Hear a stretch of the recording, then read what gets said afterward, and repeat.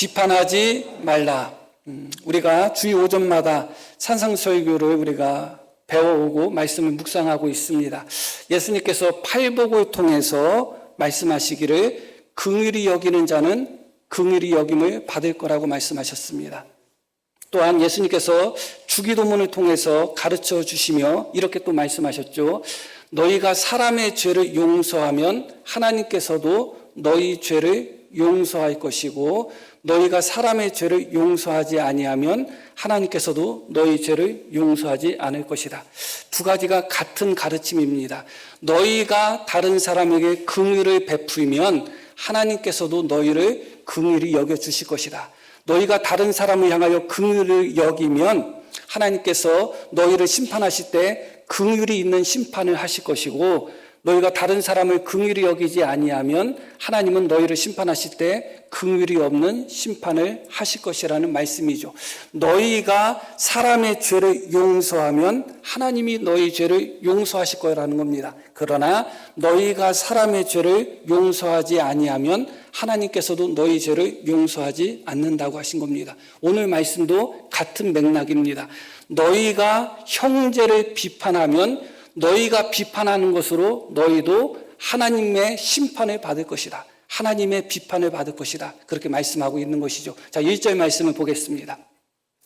비판을 받지 아니하려거든 비판하지 말라.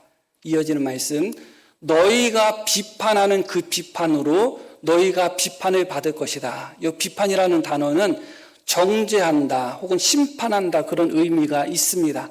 특별히 너희가 비판하는 그 비판으로 너희가 비판을 받을 것이라는 것은 내가 누군가를 비판할 때 누군가도 나를 비판할 것이다. 그런 의미가 담겨 있기는 있지만 직접적인 의미는 우리가 누구를 비판하는 것을 기준으로 해서 하나님도 우리를 심판하시겠다는 겁니다.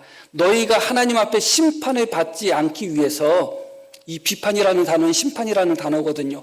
너희가 하나님 앞에 심판을 받지 않기 위해서 너희는 비판하지 말라.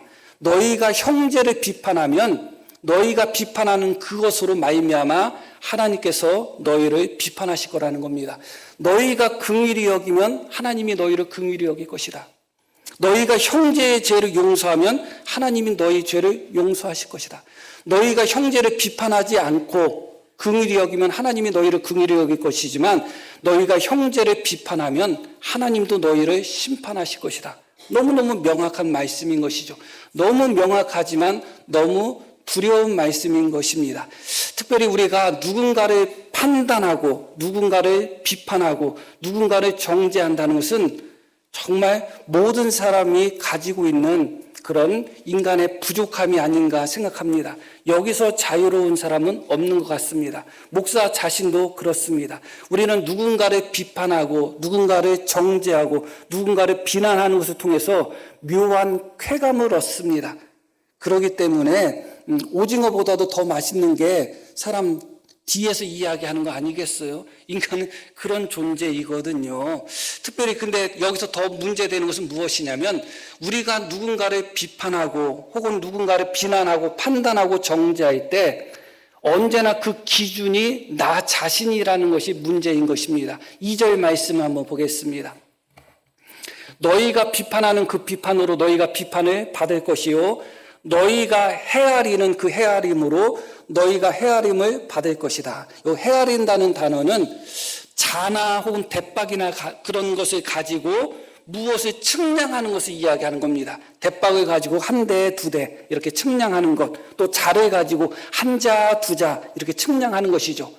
그러면 이 자가 하나의 기준이 되는 것이고 대박이 하나의 기준이 되는 것입니다. 그런데 문제는 비판하고 판단하고 정죄하는 사람들이 항상 이 기준을 하나님의 말씀을 기준으로 삼는 것처럼 하지만 자기 자신이 기준이 되어버린다는 것이죠. 자기 자신의 생각이 기준이 되고 자기 자신의 신앙생활이 기준이 되고 자기 자신의 가치관이 기준이 되는 언제나 자기 자신의 기준으로 자기 자신의 잣대로 다른 사람을 판단해버리는 것입니다. 운전하는 경우에 있어서도 물론 적절한 그런 도로에 따라서 그 속도가 있긴 있겠죠. 그럼에도 불구하고 대부분들은 그것의 기준을 맞추지 않고 언제나 자기 자신의 기준을 맞추거든요. 그래서 자기보다 너무 느리게만 앞에서 가면 저거 왜 이렇게 느려? 그러고 또 자기보다 너무 빨리 앞질러 가면 저거 왜 이렇게 빨라 한단 말이죠. 언제나 기준이 나 자신이기 때문에 그렇습니다. 대부분 사람들이 형제를 판단하는 사람들이 결국은 말씀을 가지고 판단한다고 하지만 자기 자신의 잣대와 자기 자신의 대박과 자기 자신의 기준을 가지고 사람들을 이렇다 저렇다 판단하는 것입니다. 내가 오른쪽에 있으면 너는 왼쪽에 있다 하고 내가 왼쪽에 있으면 너는 오른쪽에 있다고 하는 것이죠. 자기가 왼쪽에 있는 것도 모르고 자기가 오른쪽에 있는 것도 모르고 그렇게 이야기하는 경우들이 많죠. 그것이 내 자신을 기준으로 삼고 있기 때문에 그렇습니다. 그렇게 나 자신을 잣대로 삼고 나 자신을 대박으로 삼아서 나 자신을 기준으로 삼아서 다른 사람을 비판하고 비난하고 판단하는 그런 이들에게 야고보 사도는 이렇게 권면하고 있습니다. 야고보 4장 한번 보겠습니다. 형제들아 서로 비방하지 말라. 사실 제가 성경에서 찾아보면서 형제에 대한 비방이나 판단에 대해서 금지하는 말씀들을 찾아봤는데 너무너무 많아요. 다 나열하고 싶은 욕심은 있었지만 나열하지는 않겠습니다. 자, 한 가지만 찾아봅니다. 바로 야고보서 4장 11절인데 형제들아 서로 비방하지 말라. 형제를 비방하는 자나 형제를 판단하는 자는 곧 율법을 비방하고 율법을 판단하는 것이라. 너무 놀라운 말씀을 하는 거예요.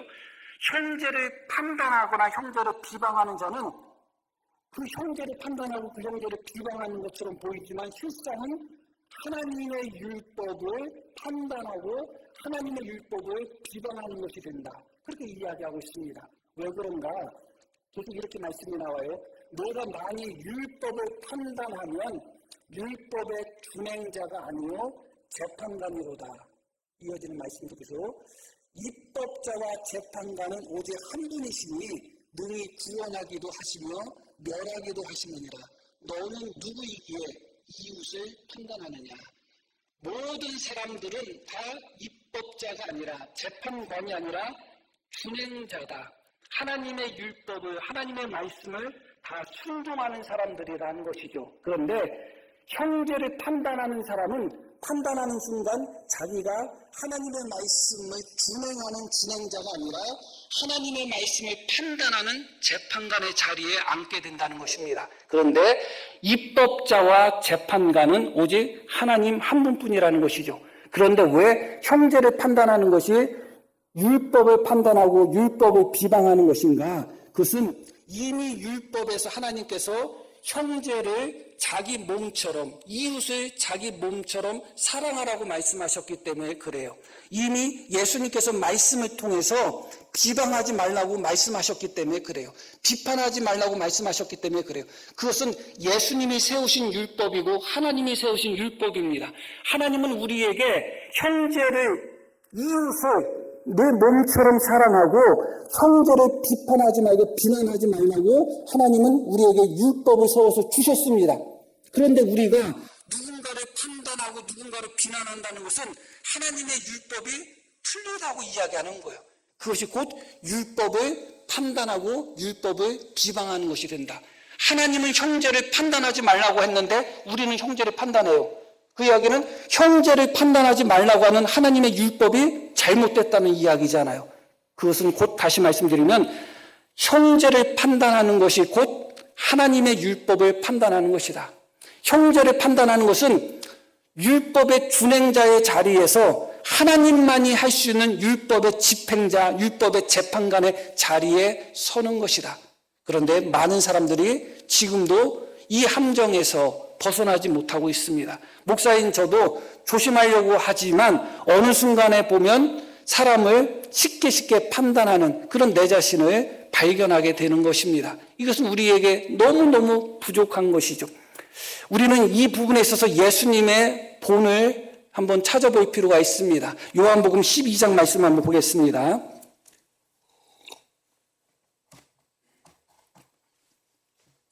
요한복음에도 이와 같은 말씀들이 많이 나옵니다. 많이 나오는데 제가 한 절만 찾습니다. 이렇게 말씀이 나와요.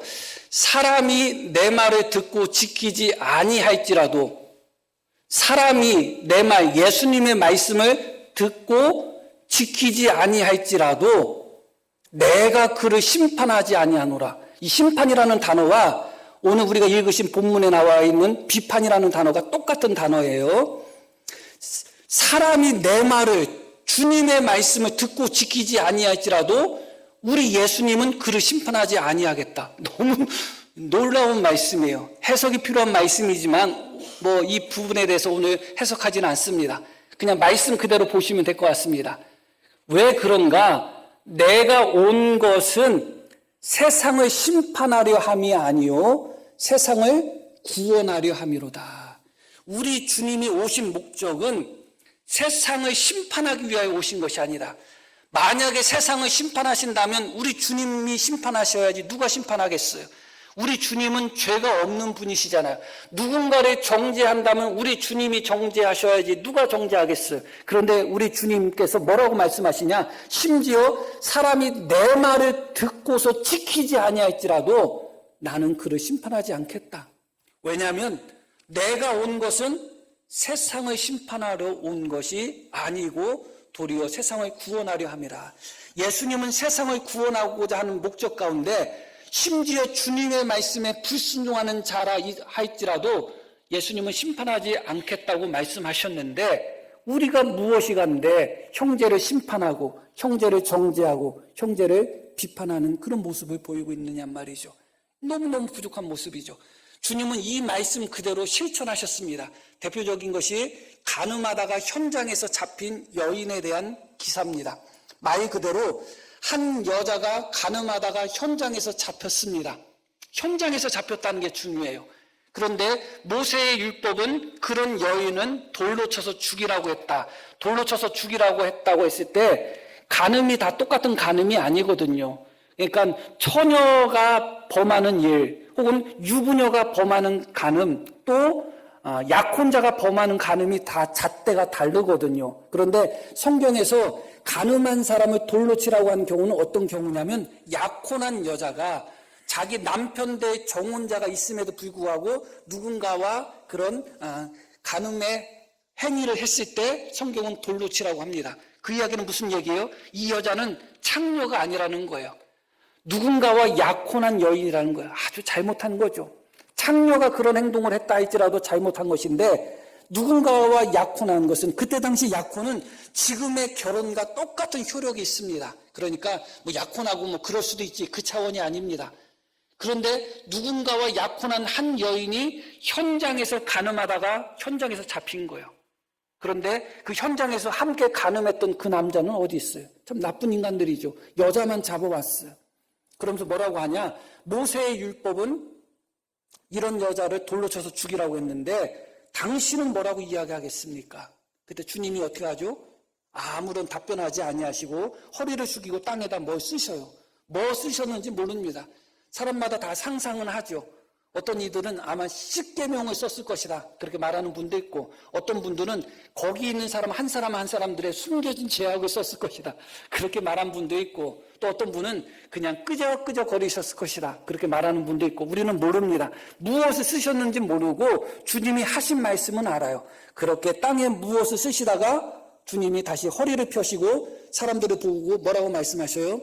너희 중에 죄가 없는 자들이 먼저 돌로 쳐라.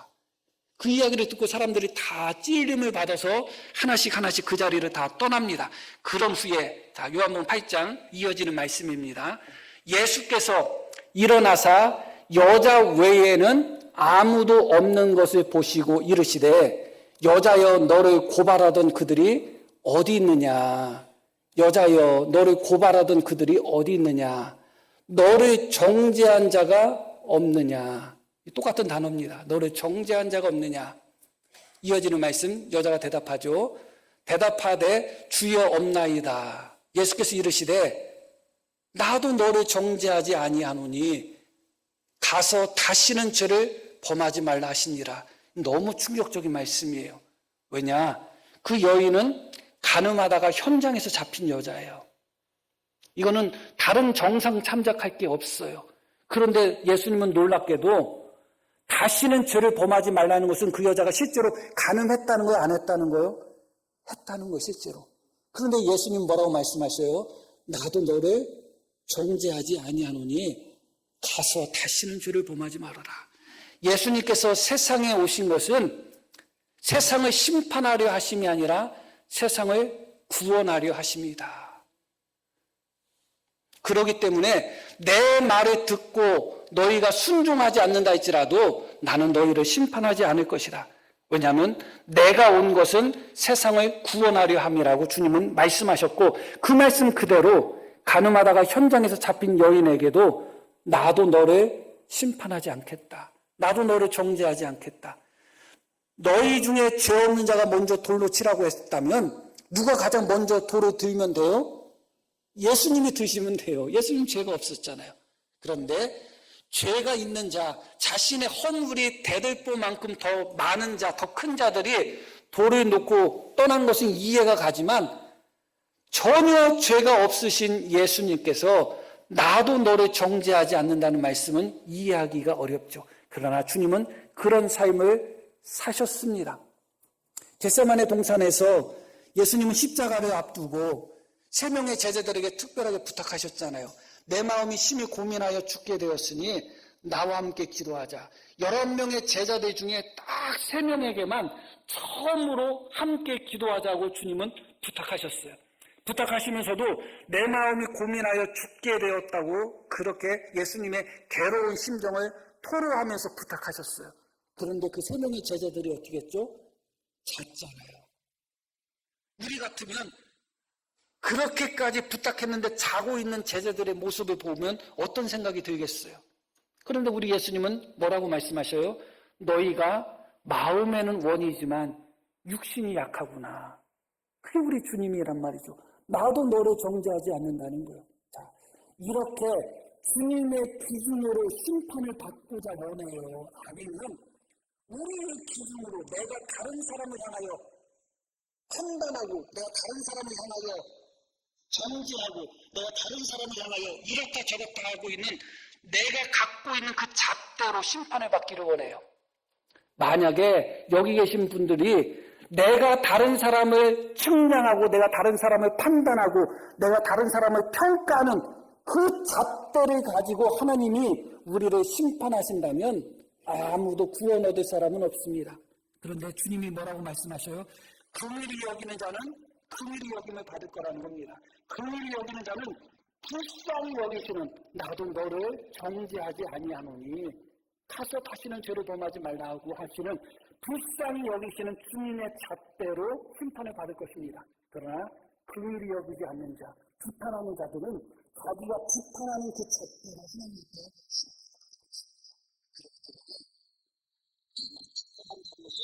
너무너무 예수님을 믿는 사람들에게 있어서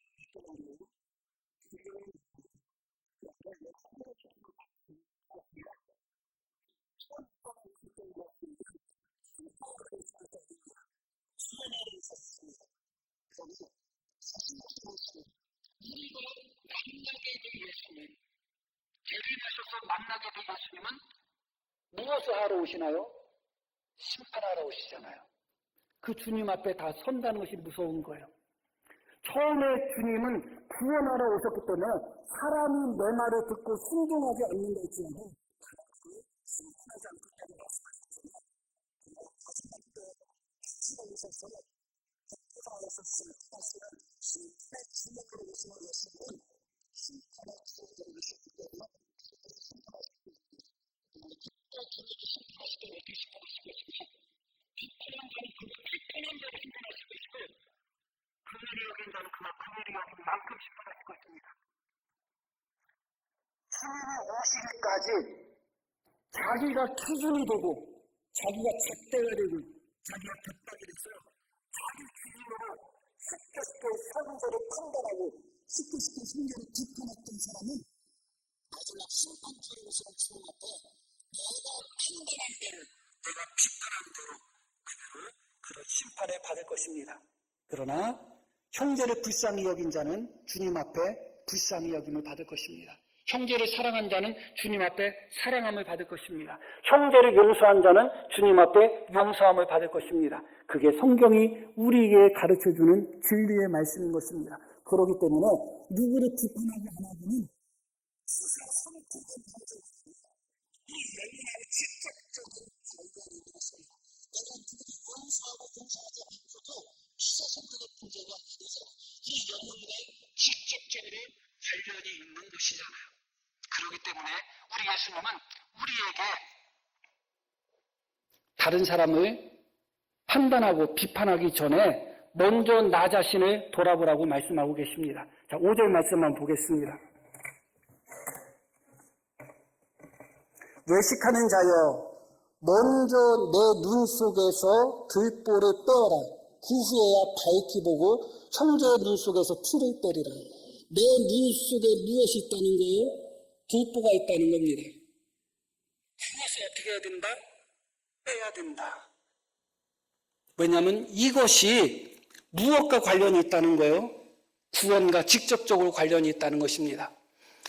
외식하는 자여 먼저 내 눈 속에 들보를 빼어라. 그 후에야 밝히 보고 형제의 눈 속에서 티를 빼리라.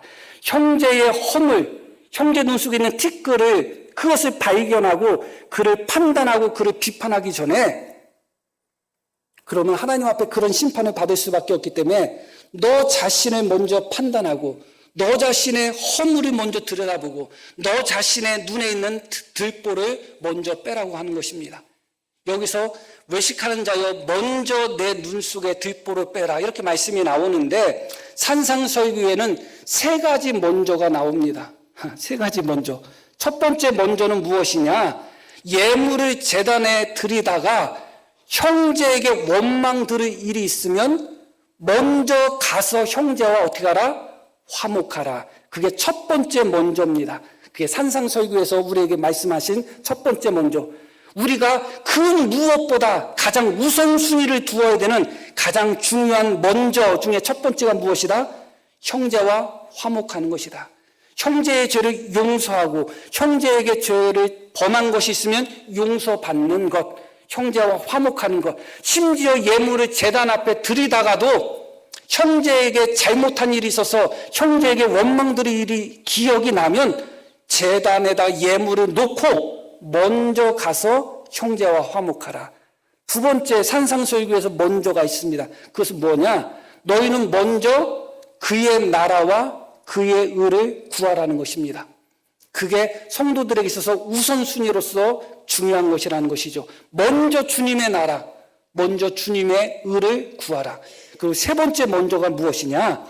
형제의 눈 속에 있는 티끌을 지적하기 전에, 형제를 비판하기 전에 먼저 내 눈 속에 있는 들보를 빼라. 먼저 너의 허물을 들여다보고 먼저 너 자신을 돌아봐야 된다는 것입니다.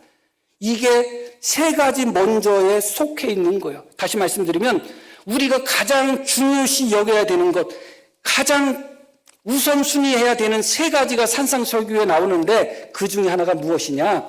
남을 비판하고자 하는 생각이 들 때 먼저 자기 자신을 돌아보라는 말씀이에요. 왜냐하면 이것은 우리의 구원과 직접적으로 관련이 있기 때문에 그렇습니다. 그런데 인간은 그게 쉽지가 않아요. 자기의 허물을 돌아본다는 것이 사람에게는 쉽지가 않습니다. 사람은 원래 내 허물은 작게 느껴지고 다른 사람의 허물은 크게 느껴지는 존재거든요. 그게 사람인 것입니다. 자, 3절 말씀 한번 보겠습니다. 어찌하여 형제의 눈 속에 있는 티는 보고 내 눈 속에 있는 들보는 깨닫지 못하느냐. 티, 말 그대로 티끌이라고 생각하시면 됩니다. 그리고 들보, 말 그대로 대들보와 같은 그런 통나무 장작이나 뭐 그런 것을 생각하면 돼요. 실제로 사람 눈에 들보가 들어갈 수 있어요, 없어요? 실제로는 들어갈 수 없어요. 주님께서 일부러 아주 크게 과장해서 말씀하신 것이죠. 그만큼 강조하기 위함입니다. 과장법은 강조의 목적이 있는 것이거든요. 그런데 이 말씀을 그대로 보면 어떤 거예요? 인간은 어떤 존재냐? 자기 눈 속에는 말할 수 없이 큰 대들보가 있어도 잘 깨닫지 못하고 남의 눈 속에 있는 티끌은 쉽게 보는 존재라는 거예요. 그렇게 생겨 먹었다는 거예요. 그렇게 생겨 먹었다는 거예요. 이 말씀을 문자 그대로 한번 보면 이렇죠. 눈에 대들보가 들어가면 앞이 제대로 보이겠어요? 안 보이겠어요? 안 보이죠. 5절 말씀 한번 보겠습니다. 외식하는 자여 먼저 내 눈 속에 들보를 빼어라. 그 후에야 밝히 보고, 이렇게 말씀이 나오죠. 그러면 들보로 말미암아 눈이 잘 보인다는 거예요? 안 보인다는 거예요? 안 보인다는 거죠. 그런데 기가 막히게 자신의 대들보로 말미암아 잘 보이지 않는 눈임에도 불구하고 형제의 눈 속에는 티끌은 보아. 기가 막힌 거죠. 기가 막힌 거예요. 그게 인간이라는 겁니다. 눈이 잘 보여서 형제 눈에 티끌이 보이는 게 아니라 자기 눈에 대들보로 말미암아 자기 눈이 잘 보이지 않는 중에서도 형제 눈에 허물은 그렇게 잘 들어온다는 거예요. 남 잘못하고 남 부족한 모습 너무너무 눈에 쏙쏙 들어와.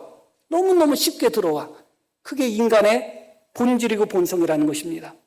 남을 판단하고 남을 비판하는 것이 우리의 심판과 직접적으로 연결이 되는데, 그렇기 때문에 다른 사람을 정죄하고 판단하기 전에 너 자신을 먼저 들여다보라고 하는데, 우리 인간은 나 자신을 잘 들여다보시는 능력이 없는 거예요. 내 눈에 있는 대들보는 잘 깨닫지를 못하는 거예요. 그러고 내 눈에 있는 대들보를 깨닫지 못한 상태에서 보이지 않는 눈을 가지고도 다른 사람이 잘못하는 것은 그렇게 잘 보는 것처럼, 집사람이 아기 봤을 때 나는 그때 처음 알았습니다. 아기 뵌 여자들이 그렇게 많다는 것. 맨 다 이러고 다녀. 그전에는 안 보였거든요.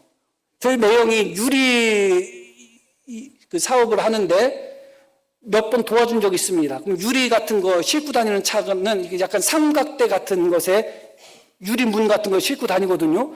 나 그런 차가 그렇게 많은지 몰랐네. 관심이 없을 때는 안 보였는데 딱 나와 연결이 되니까 그렇게 잘 보이는 거예요. 왜 우리가 다른 사람의 허물이 그렇게 잘 보일까요? 인간은 그렇게 생겨 먹었어요. 다른 사람의 허물을 지적하고 다른 사람의 허물을 발견하는 것을 통해서 나 자신의 잘남을 확인하고 은근히 쾌감을 느끼는 존재가 인간인 것입니다. 그러면서도 심지어 자기 눈에 있는 대들보는 발견하지 못하는 존재인 것이죠. 자기 눈에 있는 대들보는 발견하지 못합니다. 그렇기 때문에 주님은 이렇게 말씀하는 것입니다. 5절 말씀 한번 다시 한번 보겠습니다. 외식하는 자여 먼저 내 눈 속에서 들보를 빼어라. 그 후에야 밝히 보고 형제의 눈 속에서 티를 빼리라. 자기 눈 속에 있는 들보는 우리는 잘 깨닫지 못하는 존재라고 말씀드렸잖아요. 그러면 내 눈에 있는 들보는 언제 빼야 되는가? 바로 형제 눈에 티끌이 보이는 순간, 사실은 형제 눈에 있는 티끌을 빼는 순간이 아니라 내 눈에 있는 대들보를 빼야 되는 순간이다. 그렇게 생각하시면 됩니다. 다른 사람의 부족한 부분, 다른 사람의 잘못된 부분이 보일 때 저 사람 왜 이렇게 교만하지? 할 때 사실은 내가 교만한 것이 아닌가 돌아봐야 됩니다. 저 사람 왜 이렇게 잘난 척하지? 할 때 사실은 내가 잘난 척하고 싶은 욕망이 내 안에 있지 않은가를 돌아보셔야 됩니다. 저 사람 왜 혼자 영광받고 혼자 칭찬받아? 그렇게 말할 때 내가 영광받고 내가 칭찬받고 싶어하는 욕심이 내 안에 있지 않는가를 돌아봐야 돼요. 다시 말씀드리면 성도들에게 있어서 다른 사람의 눈에 티끌이 보이는 순간은 어떤 순간이다? 쫓아와서 그 사람의 눈에 티끌을 빼는 순간이 아니라 그 순간이 곧 내 눈에 있는 대들보를 발견하고 내 눈에 있는 대들보를 빼야 되는 순간이다. 그렇게 우리는 기억하셔야 되는 것입니다. 그래야지 주님 앞에 우리가 온전히 설 수가 있는 것이죠. 결론적인 말씀을 드리겠습니다. 5절 말씀을 또 다시 한번 보겠습니다. 외식하는 자여 먼저 내 눈 속에서 들보를 빼어라. 그 후에야 어떻게 될 것이다? 밝게 보일 것이다. 자신의 들보로 말미암아 자신의 허물로 말미암아 사람은 밝게 보지를 못합니다. 그러면서도 다른 사람의 눈에 있는 그런 티끌을 빼고자 하는 그런 모습들이 참 많죠. 사실은 내 마음속에 정치권에 대한 이야기를 하고 싶지만 참습니다. 진짜 참습니다. 스스로도 정치권을 바라볼 때 국민의 한 사람으로서 스스로가 자괴감이 느껴질 때도 많습니다. 그런 사람들이 나라를 이끌고 간다는 것이 도대체 어떻게 해야 될지를 모르겠습니다. 자기 눈에 대들보가 있는데 상대방 당의 티끌만 보이면 하이에나처럼 대들고, 그게 우리의 현실이잖아요. 물론 그 사람들은 다른 세상을 살고 있기 때문에 뭐라고 할 수는 없을 것 같습니다. 자, 중요한 것은 우리의 눈에 들보가 가득하면 밝게 보이지가 않는 거예요. 그게 문제인 거죠. 나는 본다고 생각하지만 제대로 보지를 않습니다. 그런데 여기서 이 밝히 본다는 이 단어가 성경 전체에 딱 3번 나와요. 밝히 본다는 단어가 3번 나오는데 2번은 오늘 말씀과 이 말씀과 같은 의미의 말씀이 또 누가복음에 나오는데 그때 이 단어가 나옵니다. 그리고 한 번이 어디에 기록되어 있느냐? 마가복음에 기록되어 있습니다. 마가복음을 보면 어떤 말씀이냐면 이 말씀이에요. 사람들이 맹인을 예수님께로 데리고 옵니다. 주님이 많은 기적을 행하셨으니까 맹인을 데려오는 거예요. 고쳐주라고. 맹인이니까 예수님을 혼자 찾아서 올 수가 없으니까 사람들이 데려오거든요. 그러니까 예수님이 한적한 곳으로 그 맹인을 데리고 갑니다. 그리고 맹인에게 안수해서, 눈에다가 안수해서 그 맹인을 고쳐주시는데, 유일하게 예수님의 기적 중에 한 번에 고치지 못한, 한 번에 행하지 못한 기적이 이 기적이에요. 예수님의 능력이 부족할까요? 예수님의 능력은 부족할 수가 없잖아요. 말씀으로라도 예수님은 죽은 자도 살리는 분이셔요. 그런데 맹인의 눈을 뜨게 하는데 한 번에 했는데 완전히 뜨지를 못해가지고 또 한 번 한 사건. 그래서 예수님이 행하신 기적 중에 유일하게 2번에 거쳐서 행한 기적이 이 기적이에요. 예수님의 기적의 특징은 뭐냐? 단번에 돼요. 단번에 되고 점진적이지 않아요. 걷지 못한 사람들이 걷는다 그러면 예수님의 기적은 어떠냐? 그 사람이 이렇게 걷는 것도 아니에요. 그냥 걸어버려. 한 번에 걸어버리는 거거든요. 보지 못한 사람에게 행하면 눈이 딱 떠지는 거예요. 나병 걸린 사람을 고치실 때는 조금씩 나병이 없어지는 것이 아니라 그 순간에 다 없어져. 그게 예수님의 기적의 특징이거든요. 그런데 이 말씀, 이 사건만이, 이 기적만이 유일하게 예수님이 2번 행하셨어요. 어떻게 2번 행하셨느냐? 이렇게 말씀이 나와요. 예수께서 맹인의 손을 붙잡으시고 마을 밖으로 데리고 나가사 눈에 침을 뱉으시고 아주 정성을 들이셨어요. 말씀만으로도 고치시는 예수님이 맹인의 눈에 침을 뱉으시며 그에게 안수하시고 물어보십니다. 무엇이 보이느냐 물으시니 맹인이 드디어 눈이 떴어요. 쳐다보며 눈을 떴다는 이야기예요. 이르되 사람들이 보이나이다. 그런데 이어지는 말씀이 뭐예요? 아니 24절 그대로 나무 같은 것들이 걸어가는 것을 보나이다. 뜬 거요? 못 뜬 거요? 뜨긴 떴죠. 안 보이던 것이 보여. 그런데 사람이 나무처럼 보여. 제대로 보이지가 않는 거예요. 완전히 뜨지를 못한 거예요. 떴지만 뜨지를 못한 거예요. 그러나 평생 맹인으로 살았던 사람은 그 순간에 자기가 눈을 떴다고 생각할까요? 뜨지 않았다고 생각할까요? 떴다고 생각하겠죠. 선무당이 사람 잡는다는 것이 그런 말입니다. 제가 처음 예수님을 믿을 때 은혜 받고 또 성경 말씀을 읽고 고등학교 2학년 때 제가 교회를 1학년 때 다니던 교회를 2학년 때 고등학교 1학년 때 제가 다니던 교회가 있었는데 교회의 어떤 형을 만나가지고 이런저런 이야기를 했어요. 그런데 그 형이 너 왜 이렇게 성경을 많이 알고 있냐는 거예요. 제가 그 형을 막 가르쳐 주기도 했어요. 그런데 몇 달 있다 봤더니 그 형이 전도사였네? 난 몰랐어요. 그런데 여하튼 그 형이 그냥 빈말로 한 것이 아니라 제가 알고 있는 성경 지식이라든가 뭐 그런 것에 대해서 놀라기도 하고 또 실제로 그 형이 전도사였는데도 아주 겸손하게 저한테 실제로 어떤 부분에 있어서는 배우기도 했어요. 실제로. 그때 당시만 해도 저는 다 알고 있는 줄 알았죠. 내 신앙이 기준인 줄 알았습니다. 내가 알고 있는 것이 정답인 줄 알았습니다. 그래서 그때부터 사람들 웬만하면 다 찔러댔어요. 그렇게 예수 믿는 거 아니라고. 그렇게 신앙생활 하는 거 아니라고. 아이고,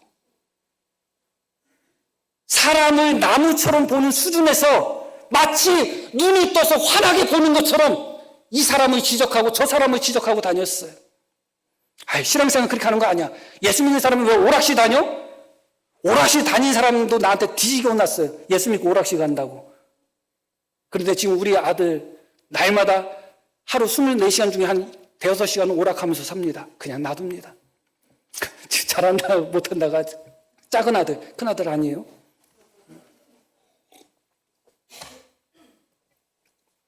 친구가 탁구장 가자고 했을 때 너 타락했냐고, 탁구장을 어떻게 가냐고 그랬습니다. 그러니 얼마나 지적하면서 다녔겠어요. 난 내 신앙이 옳은 줄 알았어요. 내가 알고 있는 것이 참된 줄 알았어요. 그런데 어느 순간 깨달았죠. 그래서 그 순간부터는 사람을 여관에서 지적하지 않습니다. 우리 교회 성도님 중에 저한테 지적받은 성도님 있습니까? 한 분도 없을 겁니다. 대신 뒤에서 욕합니다. 변한 거 없습니다. 하나도 변한 거 없어요. 차라리 앞에서 찔렀 때가 더 낫는지도 모릅니다. 어느 순간 보면 나만 의로운 것입니다. 뒤에서 누가 어떻고 저쩌고 하고 있는 목사된 내 자신을 발견하게 되는 것입니다. 그런데 지금 나의 상태가 과연 밝히 보고 있는 상태인지, 먼저 내 눈에 들보를 빼라. 그리해야지 내가 밝히 보고 형제의 눈에 티끌을 뺄 것이라 했는데, 마치 처음 예수님께 안수 처음 받아가지고 눈을 뜨긴 떴지만 사람들이 나무처럼 뿌옇고 희미하게 그렇게 보이는 상태에서 마치 내가 모든 것을 보고 있는 것처럼 판단하고 있었던 겁니다. 그 사람에게 사람을 그리라고 하면 사람을 사람처럼 그리겠어요? 나무처럼 그리겠어요? 나무처럼 그리겠죠. 그게 어찌 본다고 할 수 있겠어요? 많은 사람들이 사람을 나무처럼 보면서 자신이 다 보고 있다고 생각해요. 다 깨닫고 있다고 생각해요. 그래서 신앙에 있어서 가장 무서울 때가 언제냐? 좀 은혜 받고 좀 깨달았다고 생각하고 좀 성경 읽고 좀 안다고 생각할 때가 가장 무섭습니다. 그때부터 자기가 기준이 돼버려서 판단해버리고 또 판단하는 것이죠. 다시 본문이 아니라 마가복음으로 다시 돌아가겠습니다. 그 사람에게 묻죠. 무엇이 보이느냐? 쳐다보며 이르되 사람들이 보이나이다. 사람들이 보입니다. 그런데 나무 같은 것들이 걸어가는 것을 보나이다 하거늘 주님이 그 다음에 어떻게 해요? 이어지는 말씀. 이에 그 눈에 다시 안수하심에 다시 안수하셨다. 그가 주목하여 보더니, 우리 성경에는 주목하여라고 이렇게 번역된 단어가 내 눈에 있는 들보를 빼라. 그래야지 내가 밝히 보고, 그 마태복음 7장 5절에 나오는 밝히 보고라는 단어와 똑같은 단어예요. 말씀드렸듯이 성경에는 딱 3번밖에 나오지 않습니다. 그리고 2번은 똑같은 장면에서 나오고 이 장면 한 번 딱 나온다고 생각하시면 됩니다. 거기에는 의도가 있고 의미가 있는 것입니다. 주님이 다시 안수했더니 그 사람이 어떻게 보았다고요? 주목하여 보았다는 것은 밝히 보았다, 분명히 보았다는 의미예요. 사람이 사람으로 보인 겁니다. 사람이 나무로 보였는데 사람이 사람으로 보인 거예요. 분명히 보였다. 그게 밝히 보였다는 의미예요. 그래서 그가 주목하여 보더니 나아서 모든 것을 밝히 보았다. 이 밝히 보았다는 단어는 직역하면 멀리서도 뚜렷이 본다는 의미예요. 가까이에서 사람이 걸어다녀도 나무처럼 보았던 사람이 멀리서도 뚜렷이 볼 수 있는 밝은 눈을 가졌다는 것이죠. 그게 바로 너희의 눈에서 들보를 빼라. 그리하여지 너희 눈이 밝아질 것이라는 겁니다. 말씀을 드렸듯이 사람은 내 눈에 들보로 인하여 잘 보지도 못하는 상태에서도 다른 사람의 눈에 티끌은 기가 막히게 발견하는, 다른 사람의 허물을 기가 막히게 들추어내는 그런 재주가 모든 사람들이 있습니다. 그래서 너무 쉽게 판단하고 너무 쉽게 비판하고 너무 쉽게 정죄해버리는 것입니다. 그런 사람은 하나님 앞에 긍휼이 없는, 불쌍히 여김을 받지 못하는 심판을 받을 거라는 것입니다. 그렇기 때문에 다른 사람 눈에 티끌이 보이는 순간 우리 눈에 무엇이 있으면 깨달으셔야 돼요? 대들보가 있으면 깨달으셔야 돼요. 어떻게 해야 되겠어요? 우리가 지금 본다고 하지만 처음 안수받고 사람을 희미한 나무처럼 보던 사람 정도밖에 보고 있지 못하다는 것을 인정하셔야 돼요. 눈에 대들보를 빼셔서 밝히 보셔야죠. 주님께서 우리의 눈에 대들보를 빼주시기를 원합니다. 그러기 위해서 우리가 주님 앞에 정직하게 내려놓으셔야 돼요. 주님, 내 눈에 대들보가 있는데 내가 깨닫지 못하고 이것을 빼지 못하고 있습니다. 맹인에게 다시 안수해서 그의 눈을 밝히 뜨게 하신 하나님, 나의 눈에 있는 대들보를 빼게 도와주시고 내 눈이 밝아질 수 있도록 주님 나의 눈에 안수하여 주십시오. 그런 기도의 제목이 우리 속에 있어야 되겠습니다. 그래서 형제의 허물을 보기 전에 나의 허물을 먼저 보고, 형제를 판단하기 전에 내 자신을 먼저 판단하며, 혹시 어쩔 수 없는 상태에서 형제를 판단할 수밖에 없는 그런 상황이 찾아올 때 가능하면 불쌍히 여기는 마음으로, 가능하면 이해하는 마음으로 형제를 판단할 때 우리는 주님의 심판대 앞에서 긍휼히 여기는 그런 심판을 받을 것입니다. 우리 모두 다 주님 앞에서 내가 너를 불쌍히 여기게 하는 그런 긍휼히 여기는 심판을 받을 수 있는 그런 삶을 살기를 다시 한번 소망합니다. 자, 우리 들으신 말씀 기억하며 우리 함께 기도하시겠습니다.